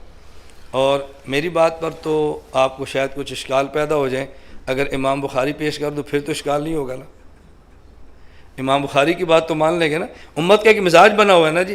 امام بخاری کیا فرماتے ہیں؟ علامہ ابن حجر اسقلانی رحمۃ اللہ علیہ نے بخاری کی شرح لکھی ہے فتح الباری، اس کا مقدمہ لکھا ہدی الساری، اس میں حضرت امام بخاری کے حالات لکھے۔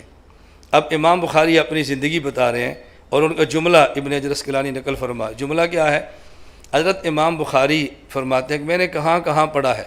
مجھ سے کوئی بندہ پوچھے کہ مولانا صاحب آپ نے کہاں سے پڑھا ہے، کہاں ختم کیا، تو میں بتاؤں گا نا۔ امام بخاری فرما رہے ہیں میں نے کہاں کہاں پڑھا ہے۔ اب امام بخاری نے اپنے اسفار بتائے، میں بصرہ گیا ہوں، میں جزیرہ گیا ہوں، میں شام گیا ہوں۔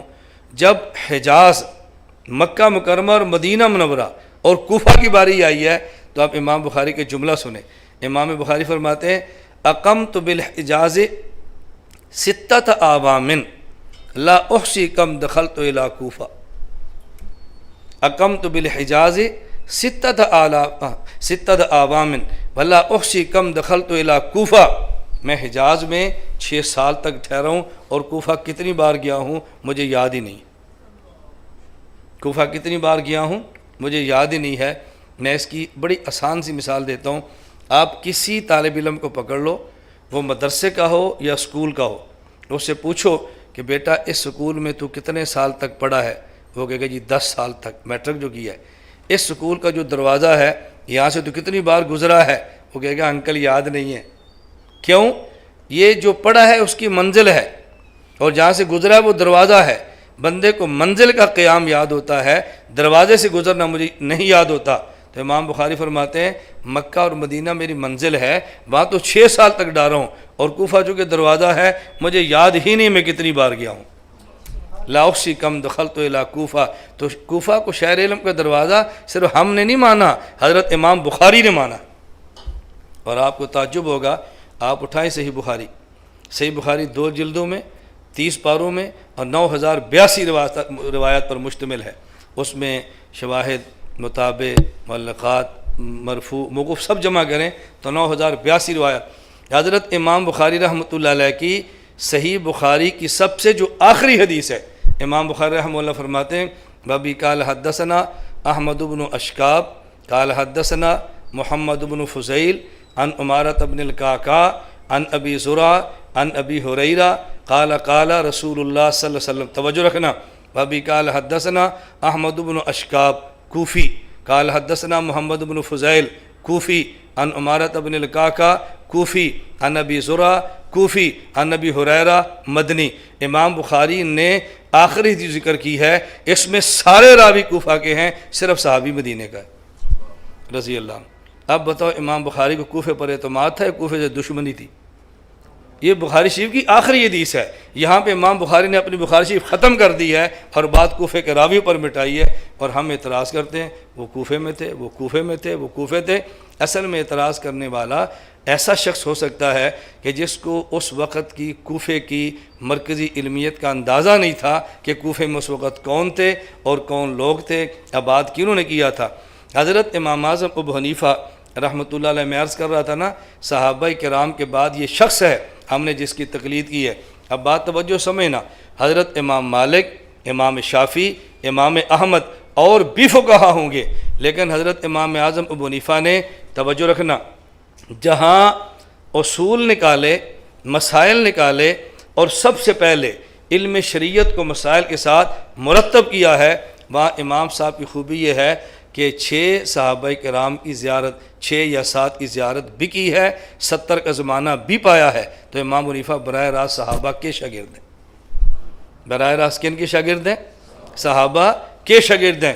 حضرت امام اعظم ابو حنیفہ رحمۃ اللہ علیہ یہ صحابہ کرام کے شاگرد ہیں، اور امام ابو حنیفہ تابعی ہیں، اور اس طرح ہماری رائے نہیں ہے۔ علامہ عینی حنفی نے عمدۃ القاری میں لکھا ہے، علامہ ابن عبد البر مالکی نے، علامہ ابن عبد البر مالکی ہیں، یہ حنفی عالم نہیں ہے۔ علامہ عینی عمدۃ القاری حنفی ہیں، کہتے ہیں امام حنیفہ رحمۃ اللہ علیہ تابعی تھے۔ امام ابن عبد البر یہ مالکی ہیں، اور کہتے ہیں امام ابو حنیفہ رحمۃ اللہ علیہ یہ تابعی تھے۔ جامع بیان علم و فضل ہی، حضرت امام ابن اسقلانی رحمۃ اللہ علیہ شافعی ہیں، وہ کہتے ہیں امام حنیفہ تابعی ہیں۔ انہوں نے لکھا تہذیب و تہذیب میں، حضرت امام ابن عماد یہ حنبلی ہیں، وہ کہتے ہیں تابعی ہیں، لکھا شذرات الذہب میں۔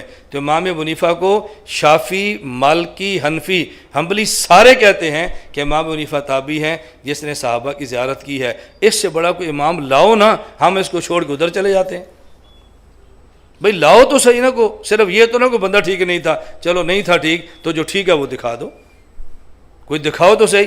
اور پھر حضرت امام اعظم ابو حنیفہ رحمۃ اللہ علیہ کے بعد یہ جو 3 بڑے بڑے ہیں نا، حضرت امام شافعی، امام مالک، امام شافعی، امام احمد، اگر آپ ان سے پوچھیں تو ان کے جوابات کیا ہیں؟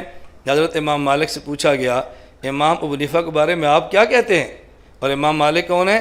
امام دار الہجرہ، امام مدینہ، چھوٹا بندہ نہیں، اور قرآن کریم کے بعد اصح الکتب بعد کتاب اللہ، موطا امام مالک۔ آپ کو کہ ہم نے تو آج تک بخاری سنی، آپ مقدمہ ابن صلاح اٹھا کے دیکھو، ابن صلاح فرماتے ہیں اصح الکتب بعد کتاب اللہ صحیح بخاری، یہ موطا امام مالک کے بعد ہے۔ موطا امام مالک کا مصنف کتنا بڑا آدمی ہے۔ پوچھا جی امام صاحب کے بارے میں کیا رائے ہے؟ فرمایا رأیت رجلا، میں نے ایک ایسے شخص کو دیکھا، رأیت رجلا لو اراد ان یجعلہ هذه الساریۃ ذهبا لقام بحجتہ، یہ جو لکڑ کا ستون ہے نا، اگر وہ دلائل کی برسات کرے تو اپنے دلائل سے لکڑ کے ستون کو سونے کا ستون ثابت کر دے۔ یہ امام ابو حنیفہ ہے۔ حضرت امام شافعی، آپ ان کے بارے میں کیا فرماتے ہیں؟ اب امام شافعی کا جملہ سنو، فرمایا میں نے کیا فرمانا ہے؟ من اراد ان یعرف الفقہ فلیلزم ابا حنیفۃ وصحابہ فإن الناس عیال فی الفقہ، اگر تم نے دین کی سمجھ حاصل کرنی ہے ابو حنیفہ اور اس کے شاگردوں کو پکڑ لو، اس لیے کہ دین سمجھانے میں باقی بیٹے ہیں اور وہ باپ ہے۔ امام احمد آپ کیا فرماتے ہیں؟ انہوں نے فرمایا سبحان اللہ۔ اب امام احمد یہاں سبحان اللہ ہوا فی العلم والزہد والورع بمحل لا یدرکہ احد، ابو حنیفہ تقوی علم کے اس مقام پر تھا، وہاں تک وہ پہنچے ہی نہیں ہے، تو میں نے ان کے بارے میں کیا کہنا ہے؟ اب بتائیں، اتنا بڑا آدمی ہے۔ تو میں نے آپ کی خدمت میں 2 باتیں پہلے عرض کی ہیں۔ نمبر 1، قرآن حدیث کے بعد فقیہ کی ضرورت ہے یا نہیں؟ بولیے بھائی نہیں ہے تو میں نے پہلے آپ سے کہا تھا، اب آپ کھانا دیکھتے ہیں، میں نے تو بیان سمجھانا ہے اپنا، یہ تو ہمارے لیے ہے، اس کو آپ بھی کھائیں گے ہم بھی کھائیں گے، یہ تو برکت کی چیز ہے۔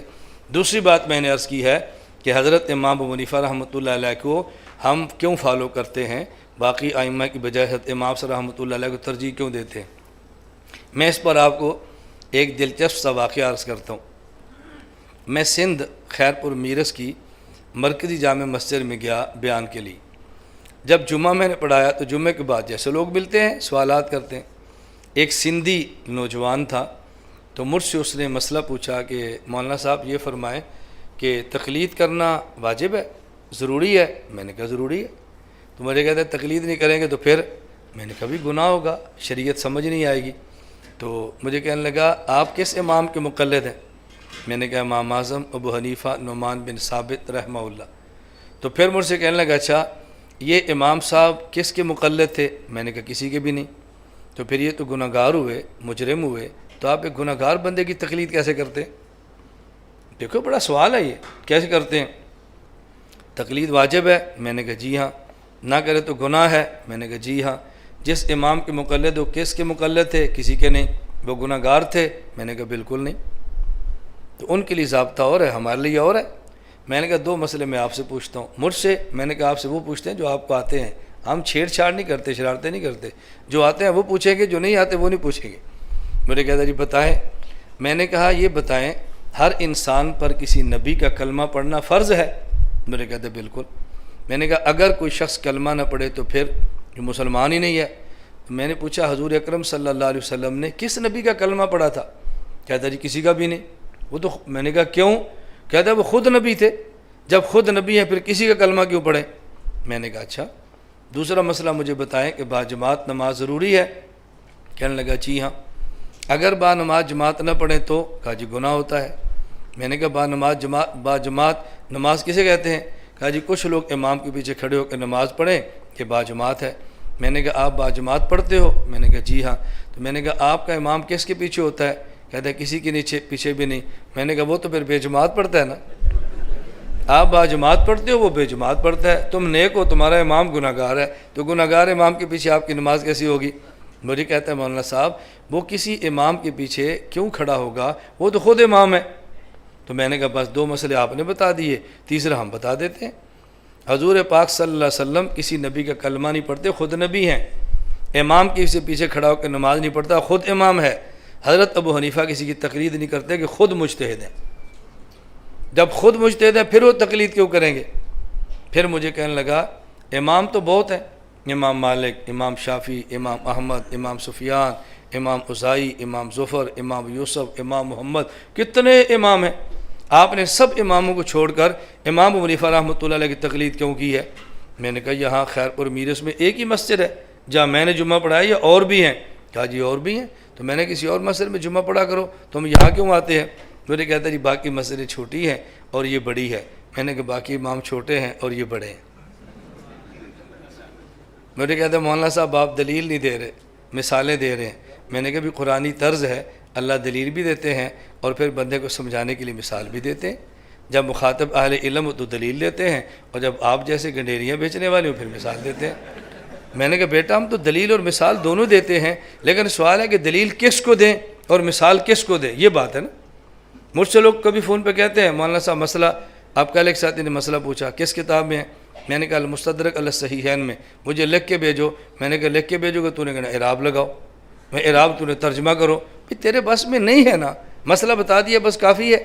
اگر بہت شوق ہے ہمارے پاس آپ تشریف لے آؤ، میں کتاب کھول کے ہجے کرا کر تجھے سمجھا دوں گا بھئی یہ حدیث پاک. میرے کہنے کا مقصد یہ ہے اللہ میں بات سمجھنے کی اور سمجھانے کی توفیق عطا فرمائے. کھانا لگ گیا؟ جب لگ جائے تو بتا دیں ہمیں. نہیں میں نے آپ سے عرض کیا تھا کہ ہمارا آپ سے وعدہ ہے، ہم نے 10 بجے آپ کو بالکل فارغ کرنا ہے، کھانا کھا کر آپ بیٹھنا جو اس کے بعد آپ کی مرضی ہے، جانا چاہے آپ کی مرضی ہے. میں تو 10 بجے کے بعد تھوڑی دیر یہاں بیٹھوں گا. کوئی بات پوچھنا چاہتا ہے، کوئی ملنا چاہتا ہے، ہماری عادت ہے ہم کھلی کھلی بات کرتے ہیں. مصافحہ کرنا چاہتے ہیں بڑے شوق سے کریں. میں ترغیب دے رہا ضرور کریں بھئی ہم پیر صاحب ہیں، کرنا چاہیں تو شوق سے کریں. مجھے ایک ساتھی نے کہا جس ساتھی کی خواہش ہے کہ مولانا صاحب مصافحہ کریں. میں نے کہا ان سے زیادہ میری خواہش ہے کہ مصافحہ کریں. مجھے کہتے ہیں کیوں؟ میں نے کہا حدیث پاک میں جب دو مسلمان ملتے ہیں مصافحہ کرتے ہیں تو ان کے گناہ ختم ہو جاتے ہیں. ان میں سے ایک ایک ختم ہوں گے نا، یہ 100 بندہ ہے، میرے 100 بار ختم ہوں گے. میں نے کہا میری بھی خواہش ہے مصافحہ ہو، میں کیوں نہیں چاہوں گا ہو. تو میں نے کہا وقت نہ ہو تو الگ بات. میں صرف عرض کر رہا ہوں کہ ہم اس کا پورا وقت اس لیے دیتے ہیں کوئی بندہ بات پوچھنا چاہے، کوئی مسئلہ پوچھنا چاہے، اس کے ذہن میں ہو بھئی یہ کوئی دوڑنے والی بات نہیں ہے، مسئلہ سمجھانے والی ہے. میں اپنی بات اب سمیٹتے ہوئے عرض کرتا ہوں. میں نے آپ کی خدمت میں آج کی مجلس میں کتنی باتیں عرض کی ہیں؟ دو، نمبر ایک، قرآن کریم اور حدیث کے باوجود بھی امام اور فقیہ کی ضرورت ہے، یہ بات تو سمجھ آ گئی۔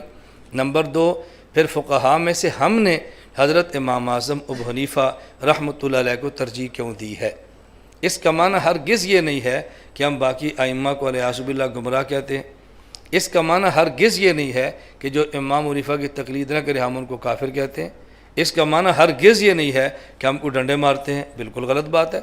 جس امام کی ہم تقلید کرتے ہیں اس کا بیان کرنا ہمارا حق ہے، اپنے بڑوں کے تذکرے کرنا یہ ہمارا حق ہے، اپنے بڑوں کے کارنامے بیان کرنا یہ ہمارا حق ہے، اور اپنے بڑوں سے یہ نسبتیں جوڑنا یہ ہمارا حق ہے۔ تو یہ بنیادی مقصد ہے۔ میں نے صرف دو باتیں عرض کی ہیں، باتیں تو بہت ساری اور بھی کرنے والی ہیں۔ ایک، اب یہ بات بڑے اختصار سمجھ لیں، یہ بھی سمجھ لیا قرآن حدیث کے باوجود فقیہ کی ضرورت کیوں ہے، یہ بھی سمجھ لیا کہ امام اعظم ابو حنیفہ رحمۃ اللہ علیہ کے ہم مقلد کیوں ہیں۔ بس ایک لفظ کا معنی یاد رکھ لیں کہ فقہ کسے کہتے ہیں، کیونکہ بس اوقات اعتراض ہوتا ہے جب قرآن بھی ہے حدیث بھی ہے، اب فقہ کو آپ نے کیا کرنا ہے؟ فقہ کسے کہتے ہیں؟ قرآن کریم، حدیث پاک، اجماع امت اور قیاس شرعی، ان سے ثابت شدہ مسائل کا نام فقہ ہے۔ ترجمہ یاد رکھ لیں، قرآن کریم، حدیث پاک، اجماع امت اور قیاس شرعی سے ثابت شدہ مسئلے کا نام فقہ ہے۔ فقہ قرآن کے خلاف نہیں ہے، حدیث کے خلاف نہیں ہے، اجماع امت کے خلاف نہیں، ہاں ان سے ہے، ان کے خلاف ہرگز نہیں ہے۔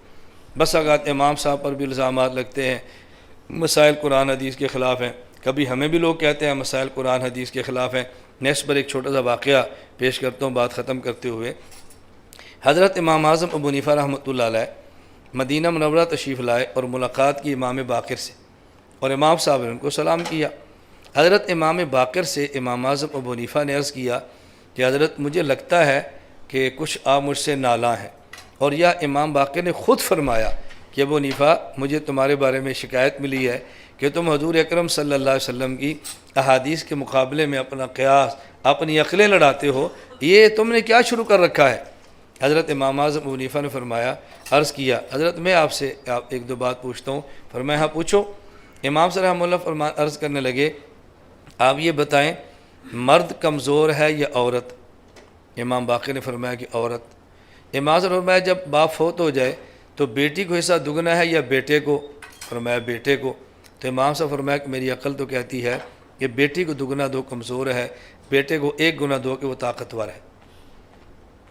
پھر اب امام صاحب فرمانے کہ میری عقل تو یہ کہتی ہے، لیکن میں کہتا ہوں کہ بیٹی کو ایک گنا اور بیٹے کو دو گنا، چونکہ آپ کے نانا جان نے فرمایا ہے، ہم نے آپ کے نانا جان کے فرمانے پہ اپنی عقل کو چھوڑ دیا ہے۔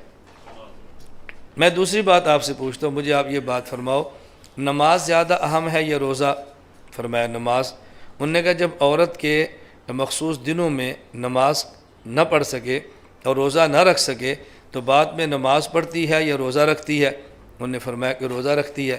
فرمایا میری عقل تو کہتی ہے کہ روزہ بے شک نہ رکھے، نمازیں ضرور پڑھے جو ان دنوں میں رہ گئی ہے، چونکہ نماز اہم ہے، میری عقل یہ کہتی ہے۔ لیکن چونکہ آپ کے نانا جی نے فرمایا کہ روزہ رکھے اور نمازیں بعد میں نہ پڑھے، تو میں نے آپ کے نانا جی کے فرمانے پہ اپنی عقل کو چھوڑ دیا ہے اور حدیث پاک کو لے لیا ہے۔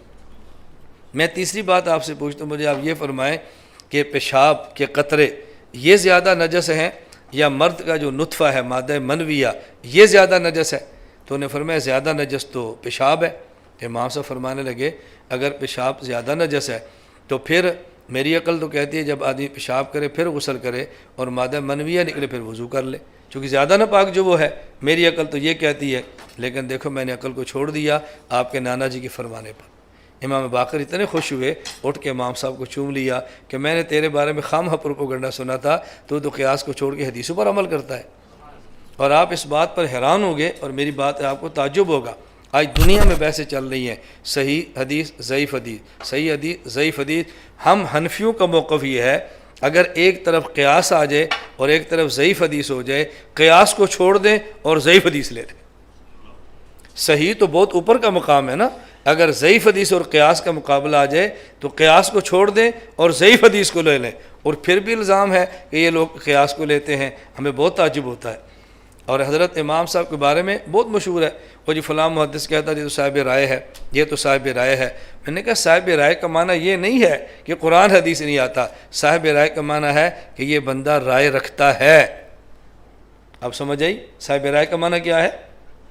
یہ بندہ رائے رکھتا ہے، قرآن مجید سے مسئلہ نکال سکتا ہے، حدیث سے مسئلہ نکال سکتا ہے، یہ صاحب رائے ہے، اس کی اپنے کچھ دلیلیں ہیں۔ یہ معنی کہ ہر کسی کے پیچھے دوڑتا ہے، یہ خود صاحب رائے ہے۔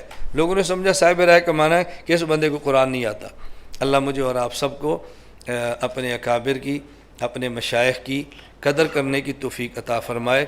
میں اب توجہ فرمائے، آخر میں نے شروع میں باتیں کی تھی لیکن بہت سارے حضرات نہیں تھے، میں آخر میں پھر عرض کر رہا ہوں۔ ایک تو یہ ذہن نشین فرما لیں کہ ہمارے یہاں نو لیٹ اور نو ویٹ۔ ہمارا جب اعلان 7 کا ہو تو آپ یقین فرما لیں کہ 7 بجے پروگرام نے شروع ہونا ہے۔ اختتام 10 کا ہو تو آپ ذہن نشین فرما لیں کہ 10 بجے ختم ہونا ہے۔ ہم وقت کا پورا خیال رکھتے ہیں۔ دوسری بات میں نے آپ سے شروع میں گزارش کی تھی، میں آخر میں یہ بات پھر کہتا ہوں اور یہ بات بڑی توجہ سے سماعت فرما لیں کہ پاکستان دنیا بھر کی طاغوتی طاقتیں اور اسلام اور پاکستان دشمن کی طاقتوں میں پاکستان کھٹکتا ہے، اور پاکستان دنیا کے لیے آج ناقابل برداشت ہے۔ اس کی وجہ بنیادی طور پر دو ہیں۔ نمبر 1، پاکستان مدینہ منورہ کے بعد پہلی ریاست ہے جو صرف کلمہ کی بنیاد پہ بنی ہے۔ دوسری وجہ، دنیا اسلام میں یہ واحد ایسی طاقت ہے کہ جس کے پاس ایٹمی طاقت موجود ہے۔ تو ہمارے پاس 2 طاقتیں ہو گئی۔ نمبر 1 اسلام، کلمہ لا الہ الا اللہ محمد رسول اللہ۔ نمبر 2 ایٹمی طاقت۔ مادی روحانیت کے دور میں کلمے سے بڑی کوئی طاقت نہیں ہے، اور مادیات میں ایٹم سے بڑی کوئی طاقت نہیں ہے۔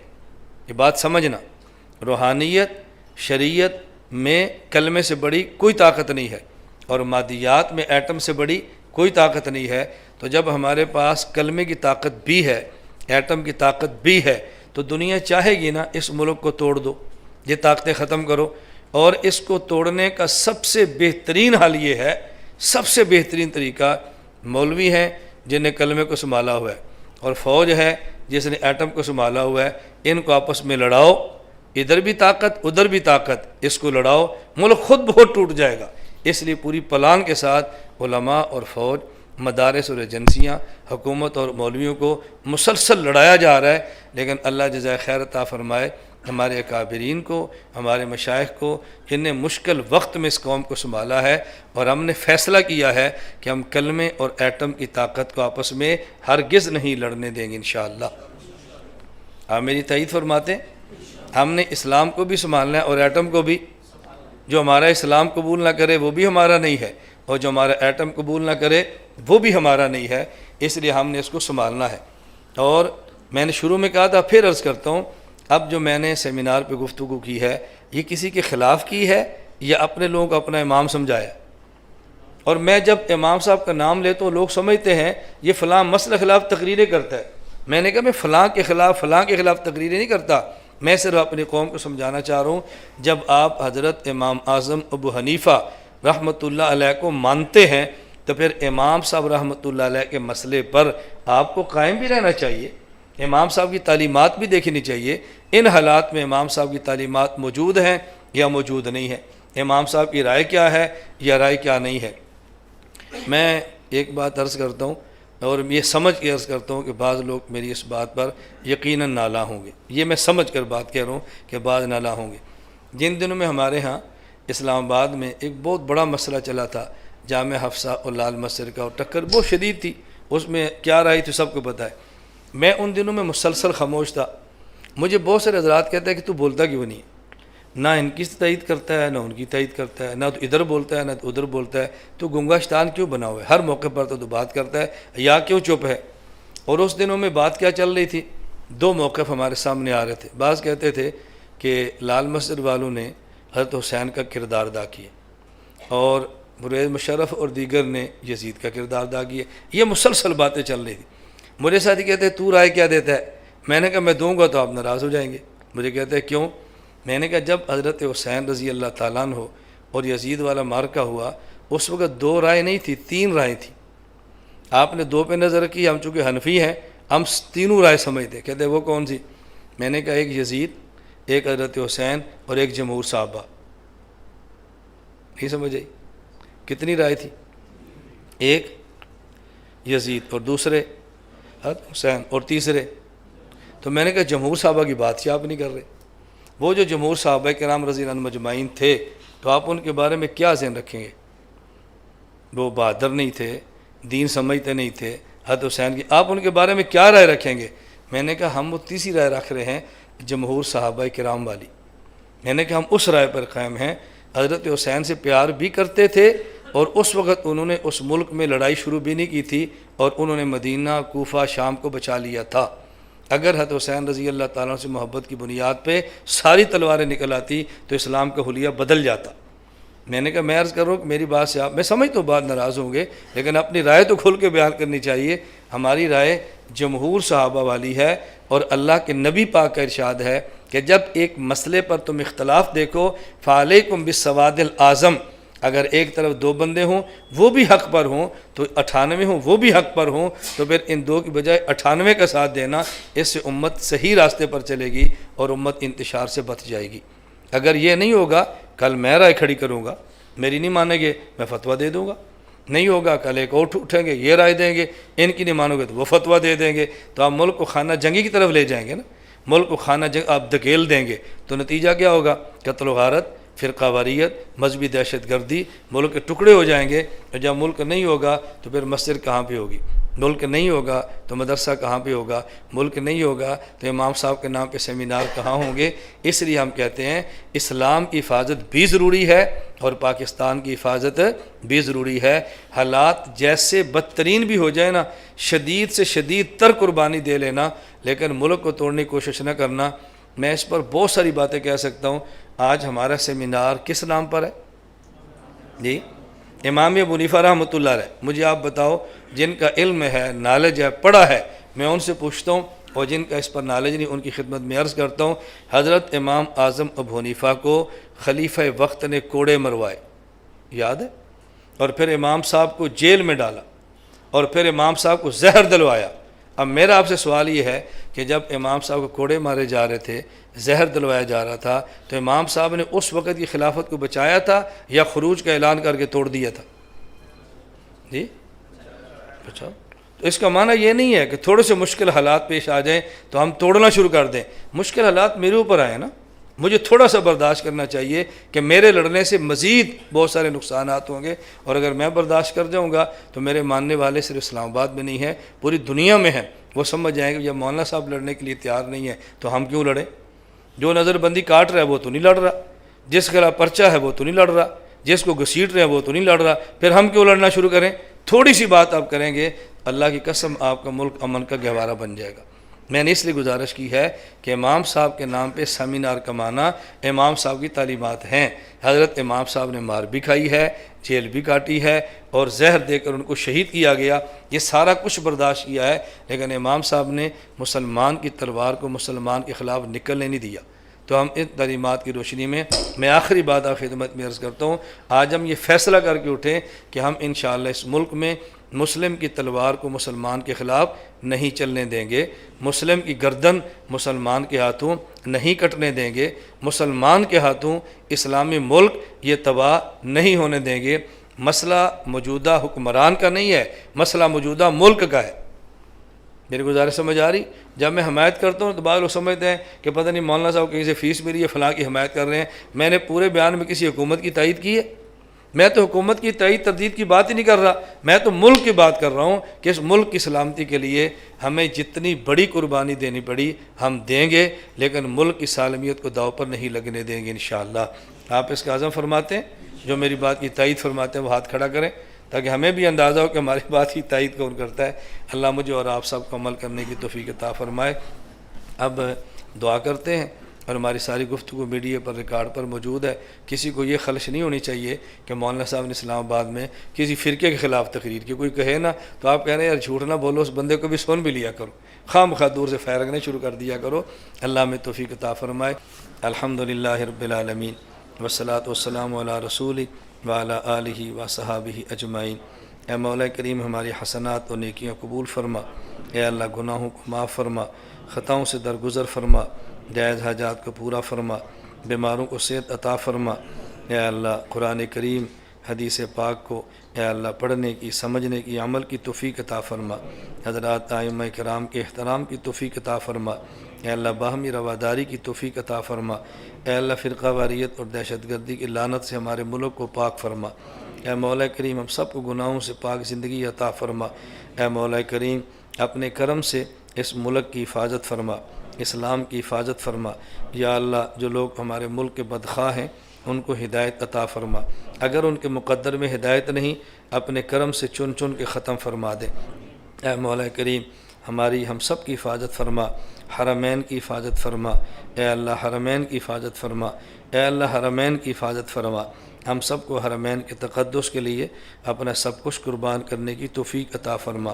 اے مولا کریم جو حضرات تشریف لائے ہیں ان تمام کا آنا قبول فرما، ان میں کتنے احباب ہیں جو دعا کے لیے کہنا چاہتے ہوں گے، اے اللہ ان کے دلوں کی جائز خواہشات کو پورا فرما دے، اے اللہ اپنے کرم سے سب کی حفاظت فرما دے، اے اللہ حفاظت فرما دے، مدارس کی، مساجد کی، اسکولوں کی، کالجوں کی، سب کی حفاظت فرما، اے اللہ علماء کی، عوام کی، سب کی حفاظت فرما، اے اللہ جو خیریں تیرے حبیب صلی اللہ علیہ وسلم نے مانگی ہیں ہمیں بھی عطا فرما، جن شرور سے پناہ مانگی ہے ہمیں محفوظ فرما، وانت المستعان ولا حول ولا قوت الا باللہ العلی العظیم، وصلی اللہ تعالی علی رسول خیر خلقہ محمد و آلہ و صحابہ اجمعین برحمتک یا ارحم الراحمین۔